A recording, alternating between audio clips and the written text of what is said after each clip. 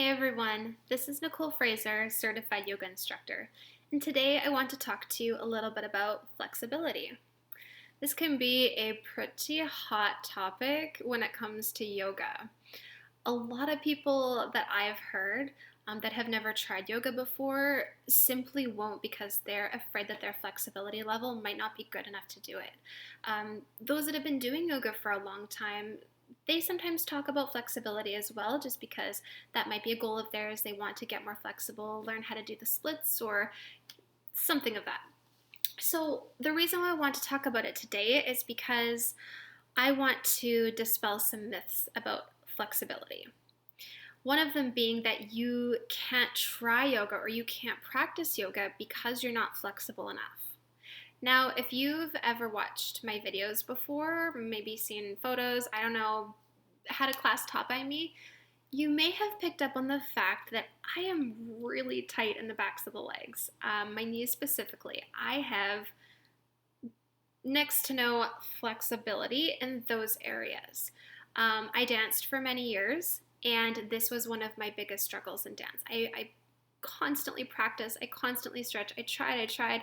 I could never get to be at the same level as most of the other girls that I danced with.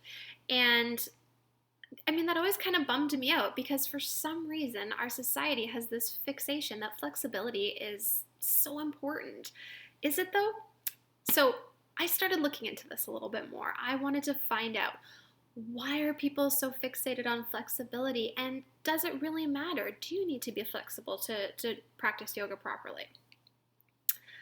The answer is no. Long story short, but I'm going to get into some detail with that as well. Okay, so first of all, with flexibility, let me just give you a little example here. Let's talk about running. If you're not in the Olympics, you're just, average Joe Blow like me or your neighbor down the street, and you're not in the Olympics, but you really want to maybe go for a jog. Do you say to yourself, I'm not going to go for that jog. I'm not in the Olympics. I can't jog. Like, I'm not the very best. So why even try at all? Doesn't that sound ridiculous? I think it does. And that is how I first perceive when somebody says, I can't do yoga because I'm not flexible. I have so much compassion for that. I totally understand where that thought is coming from.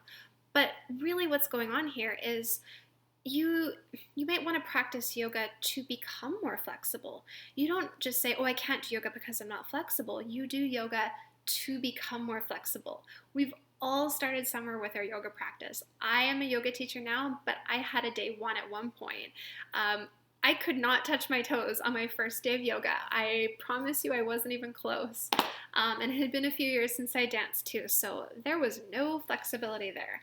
My point to that is yoga is not, it's yoga practice, not yoga perfection. So if you aren't very flexible and you want to jump into yoga, honestly, yoga is probably one of the best things to start practicing your flexibility with.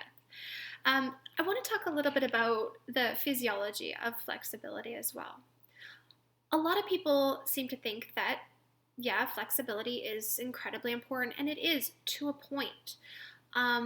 You want to be flexible to stay healthy, to stay active, to make living life more comfortable.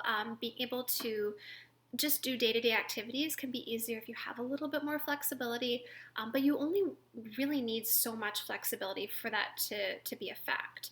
Now, let's look at the opposite side of things and too much flexibility. So for those that are double jointed, I think is what people like to call that, who are super hyper flexible, just naturally. They can naturally do the splits. They don't have to warm up. You should always warm up, by the way, but I'm just saying some people actually can do that.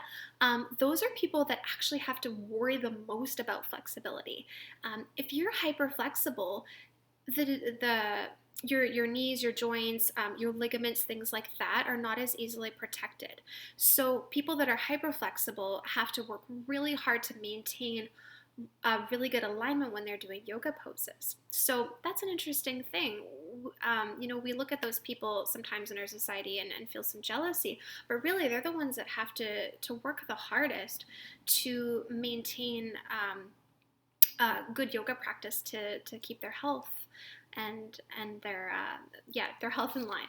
So, anyways, my point to that is that if you're not that flexible, you are more likely to have really safe joint stability. You're not going to overstretch your ligaments too much um, because your muscles are already there protecting that for you.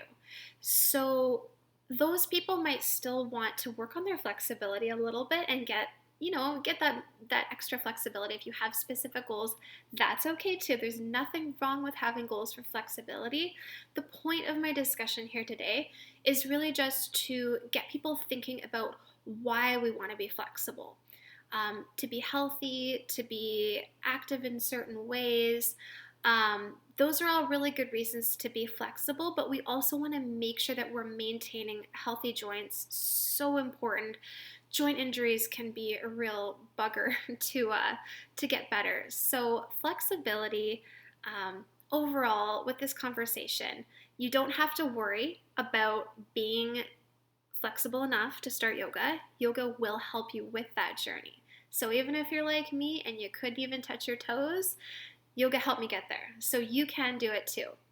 And I just wanted to throw out there as well, if you are hyper flexible and you are naturally very flexible, to please err on the side of caution when you're in yoga classes and always be really careful about your alignment. So there's a couple points about flexibility that I hope help get you to rethink the way you feel about flexibility and positive body image when it comes to flexibility, because every person is different, every journey is different through yoga. And one of my favorite things about yoga is that it actually helps to get us to that body positive place when we're practicing and loving ourselves for who we are and where we are in that journey, and today specifically about flexibility. So if you have any comments or questions or want to chat about flexibility with me, please feel free to do so. You can DM me or leave a comment here in this section, and I would love to chat about flexibility more. Thank you for listening to me today. Bye, guys.